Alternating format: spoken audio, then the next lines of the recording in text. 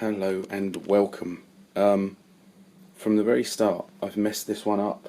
I did a shot of the opening the box up and talking about what I was going to do, and I've lost it. Since then I've cut the box up, can't remember why, I do that kind of thing, and it's left me just with the lid itself, or the box top. Here it is. What we're going to do today is the Panzer III Mark L with Rommel and tank crew set by MB, focus in my shadow, Master Box. They must be good if Tamiya are kind of farming that out to them. But there we go. I'm not going to make the figures as usual. We just want to make the tank and see that in its basic form, but obviously I'll make them at some point and then probably put them on where they belong. The other interesting thing, the thing I really want to do is, I think I mumbled about this in an earlier film, I would love to get some of these models to have the kind of painterly artistic quality that some of the box art has. Unfortunately this isn't a great example. This is quite straightforward, but particularly Tamiya use a lot of reflected light and variety of colours. The little German armoured car thing, scout car, I can't remember what it's called, that I did before, that was a Tamiya one. That was the beige sandy colour, and that had a lot of blue in it, which was very clever. So in some ways I'm aiming to just get a little bit of that painterly quality in the surface, and I want this one to look a bit rusty, a bit scuffed up and worn by the desert. So that's the plan. Apologies for mucking up the first shot, and also apologies for the voice. Kind of felt I need to change a scene there. Not only have I just about completed the flat pack furniture, but secondly I hadn't realised how much packaging there is. The house is just full of packaging, and having got that done, in a couple of days time we're going to buy some more, which is a foolish thing to do, some kind of bookshelves and things, and I managed to get a cold, hence quite a delay between the last film and this one. Anyway, this is what we're going to do. And this is the one, the mighty Panzer III. I know it doesn't seem mighty now, but think about it. This is before the war kicked off. Compare that to what the British had got. Anyway, I'm going for this one. 10th Panzer Division, Tunisia, February 1943. Largely because, therefore, it vindicates the presence of Rommel and his chums, which I will do. I've probably said this, haven't I? Which I will do another time. So, what have we got ahead of us? Repetition. Quite a lot of repetition. Well, there we are. It wasn't too bad after all. There's a lot of detail, and you could, if you wanted, you know, move these a little to create the sense of suspension, wheels at different angles. I found the time flew by because I was listening on YouTube to the true story of what happened to the composer Haydn, what happened to his head after he was dead, which is absurd. Passes the time though, it was alright. Really, there we are with the kind of main bits of the base of the hull. I don't want to call it a chassis. The suspension, etc. And I'm going to let them dry, then I'm going to give them a bit of a paint up. So in the interim I've done some preparatory bits and pieces. That'll end up going on the back. Glued drive, wheel, etc. Which means I'm now, oh, I've lost it, which means I'm now going to put some little bits and pieces on the hull. and that will then put me in a position to kind of blend colours together, I hope. So moving on nicely. Well, there's some bits on. That's the name of the game, isn't it?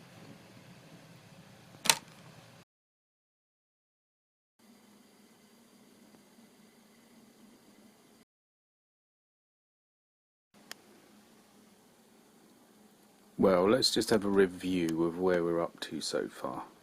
So there is the chassis hull, yeah, in various shades of dusty sandy yellow. There's kind of half the turret done, and the gun. The interior of the gun, although I haven't painted it up yet, has quite nice detail. So that's worth putting a bit of effort into on my part.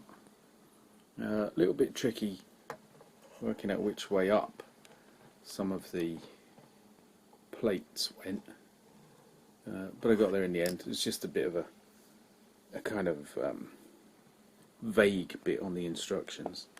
Turrets coming along nicely, as the Panzer turrets, as the Panzer III and IV turrets usually do, because they're pretty much the same design relative to the other tanks.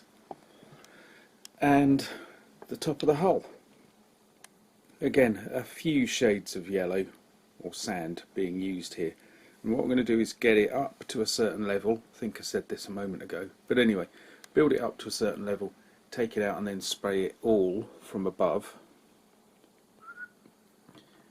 to create a slightly shaded quality.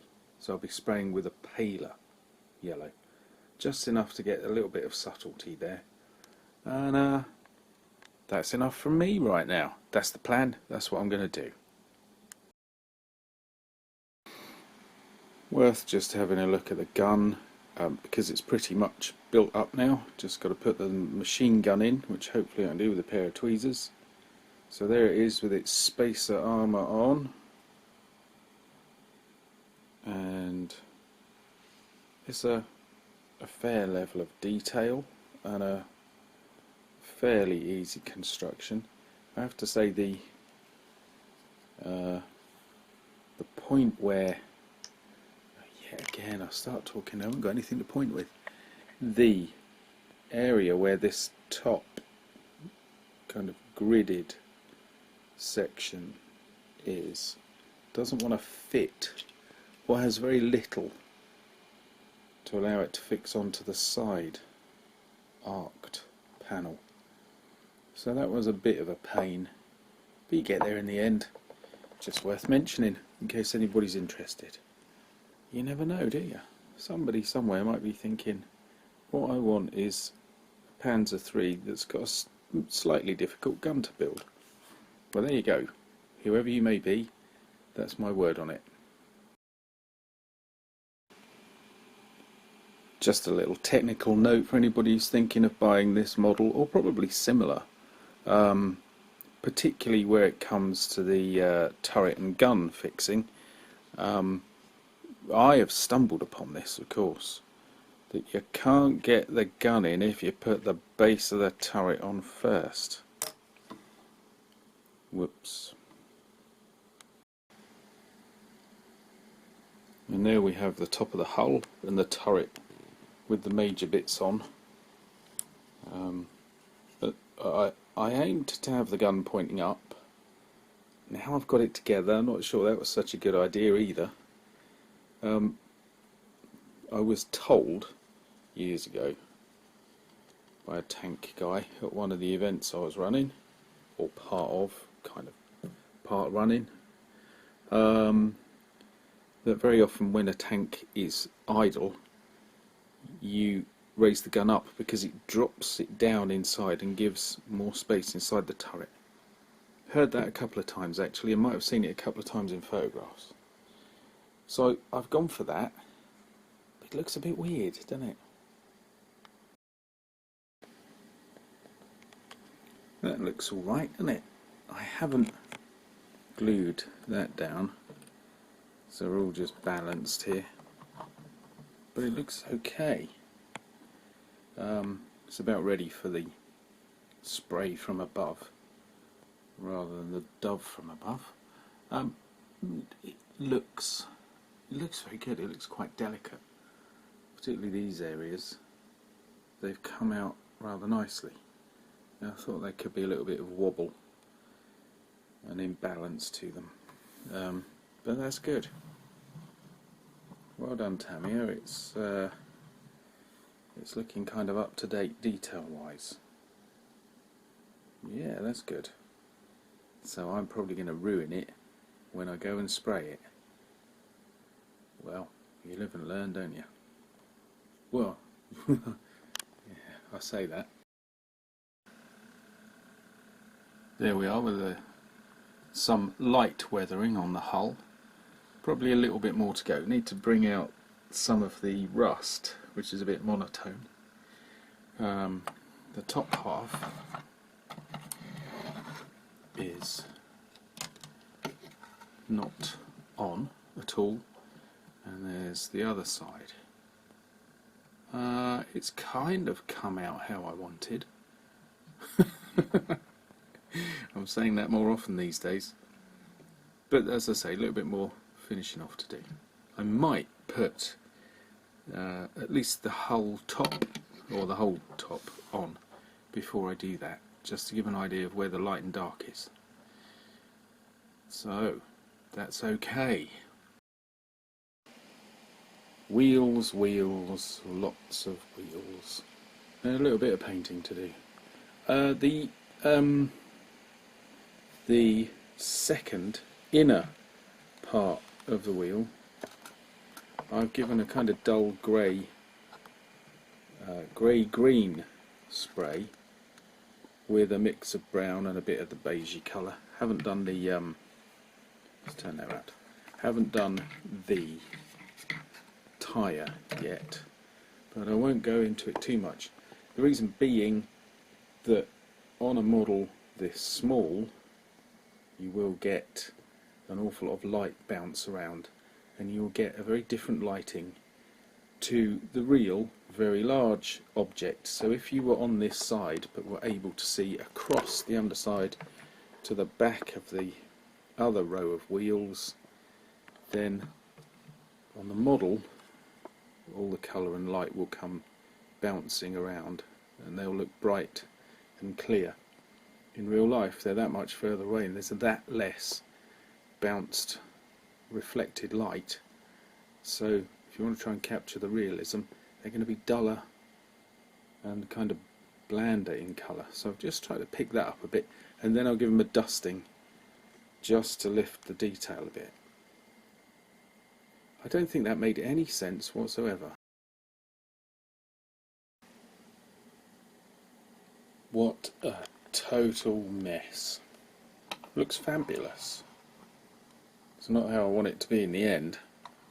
I'll use a very pale, well, I need to work on probably 2 more tones of red-brown in the areas I've rusted up already, and then highlight over, then a bit of bare metal, then highlight over the top with a pale dusty colour, and then probably finally go in between with a